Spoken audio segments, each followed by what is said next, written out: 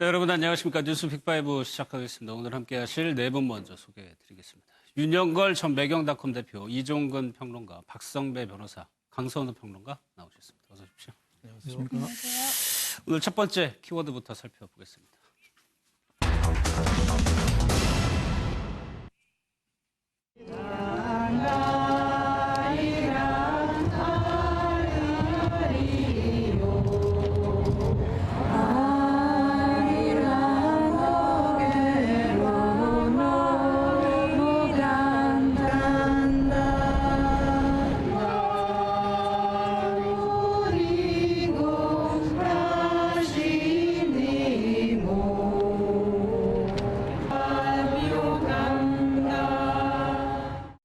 보신 것처럼 헝가리에서 아리랑이 울려 퍼졌습니다. 이번 사고에 대해서 헝가리 국민들도 애도의 뜻을 표하는 거겠죠? 네, 헝가리 국민들이 상당히 그 아리랑 노래를 자발적으로 네. 그 여객선 그 유람선 침몰한 데 가서 노래를 아리랑 노래를 한류 열풍이 가장 유럽 중에서 많은 데가 또 헝가리였거든요. 그분들이 아리랑 노래를 옛날부터 들은 사람들이 많대요.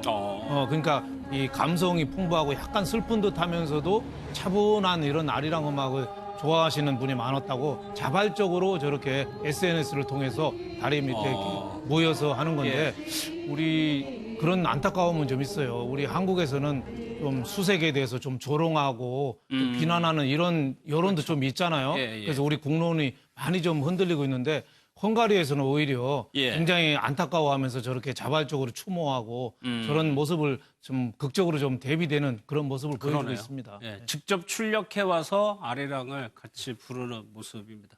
현재 상황 속보가 오늘 들어온 소식이 이제 실종자 중에 2구가 확인이 됐습니다. 네, 그렇습니다. 이제 두 가지 의미가 있는 것 같아요. 지금 헝가리와 우리나라의 수색 대원들이 계속 수색을 하고 있는데 첫 번째는 한국인 남성으로 추정되는 시신이 사고 지점으로부터 102km 떨어진 강에서 발견됐거든요. 지금까지 헝가리와 우리나라의 수색대는 지금 50km까지 확대돼서 수색을 하고 있었는데 이미 100km의 떨어진 강에서 발견됐다면 수색 범위를 더 넓혀야 되겠구나 하는 걸 깨달을 수가 있었고요.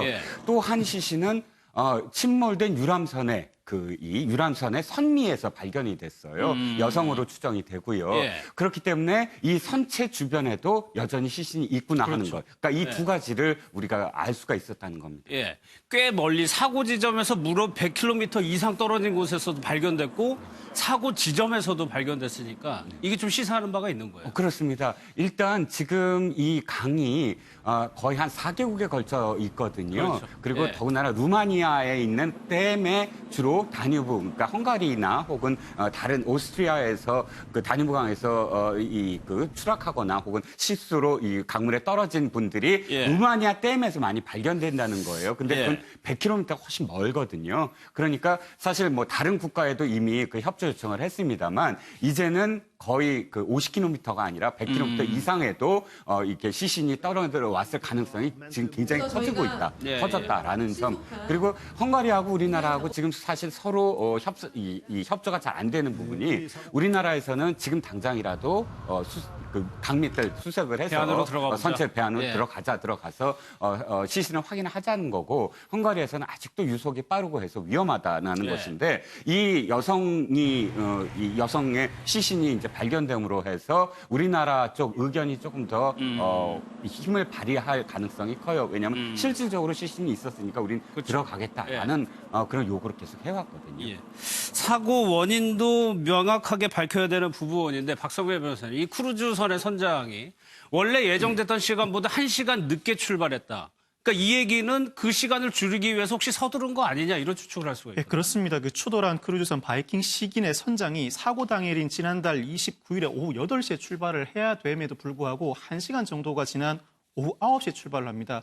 승객들의 승선이 늦는 바람에 부득이 늦게 출발할 수밖에 없었다는 진술인데 실제로 헝가리 법원 관계자도 법정에서 선장이 이러한 취지로 진술했다는 점을 확인을 해줬습니다. 기착지인 오스트리아 빈에 늦게 도착할 걸 우려해서 서둘러 운항하다고 사고가 발생했다라고 진술했다는 겁니다. 결국 선장의 과실 책임이 굉장히 높다는 것을 추정할 수가 있는데 더더군다나 이 추월 과정에서 안전수칙도 지키지 않은 것으로 그 정황이 드러나고 있습니다. 일단 앞에 있는 배를 추월하기 위해서는 안전거리를 확보하고 안전속도를 지켜야 하는데 예. 그런 안전거리 확보나 안전속도도 지키지 않았을 뿐만 아니라 추월하기 전에는 앞에 있던 유람선과 그 선장과 충분히 무전 교신을 해야 됨에도 불구하고 무전 교신도 하지 않고 그대로 지나갔다는 거죠. 그만큼 마음이 급했던 걸로 추정이 되는데 예. 이러한 당시 상황에 대한 여러 목격자들의 증언이라든지 비디오라든지 또 선장들 간 라디오 커뮤니케이션 내용을 통해 볼 때는 역시 추돌한 크루즈 선장 측의 과실이 높다는 정황이 드러나고 있는 상황이고 앞으로 예. 법원 재판 과정에도 이러한 내용들이 충분히 반영되지 않을까 그렇겠죠. 싶습니다. 책임을 논할 때 영향을 미칠 수 있는 내용인 것 같아요. 근데 강선우 평론가 이 선장이 지금 재판부에서 보석 허가를 이미 받아뒀다.